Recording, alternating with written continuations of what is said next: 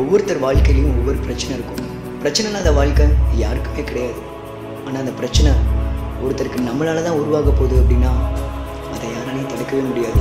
இங்கே எனக்கு ஒரு பிரச்சனை, அது என்னால் தான் உருவாயிருக்குன்றது தெரியும். ஆனால் அந்த பிரச்சனை யாருக்கு போய் முடிய போகுதுன்றது.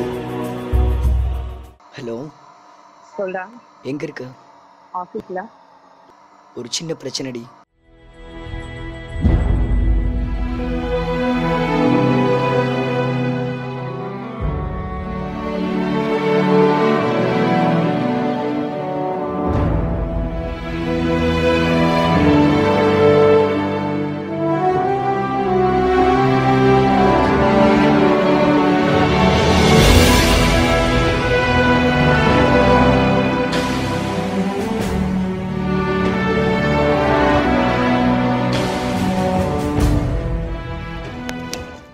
என்னதான் பண்ணணும்னு சொல்ற?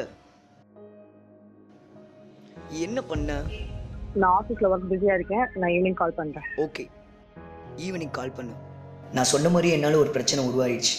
ஆனால் அது யாருக்கு போய் முடிய போகுதுன்னு தான் தெரில. சத்தியமாக யாருக்கும் கெட்டது நடந்துடக்கூடாது.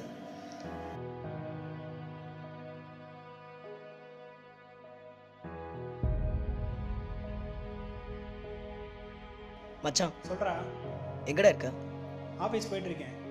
ஒரு சின்ன பிரச்சனைடா. ஹலோ ஹலோ ஹலோ ஹலோ என்ன பண்ணுறோம்? Hello hello show. ஏய், கீழே தான் இருக்கேன். வீட்டுக்கு முன்னாடியா? ஆமாம், வந்து தொலை. டேய், என்னடா பிரச்சனை? எச்ச கீழே வா. டேய், என்னதாண்டா உன் பிரச்சனை? டேய், என்னடா பிரச்சனை?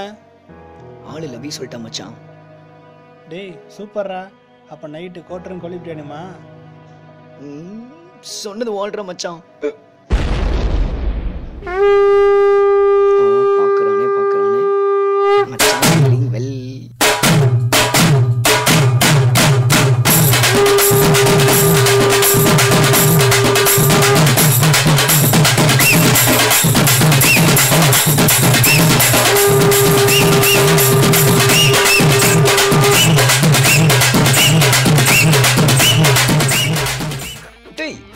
உனக்கு என்னதான்டா பிரச்சனை? பிரச்சனைன்னு சொன்ன, யாருக்குன்னு சொன்னியாடா? பாஸ், ஃப்ரெண்டு ஃபிகரை கட் பண்ணிட்டா சந்தோஷமா இருக்கும். ஃப்ரெண்டோட ஃபிகரவே கட் பண்ணிட்டா ரொம்ப சந்தோஷமா இருக்கும்.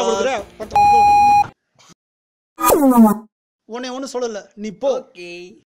ஜிவி பிரகாஷ் சொன்ன மாதிரி பசங்க சாமோகளை சும்மா விடாதீ.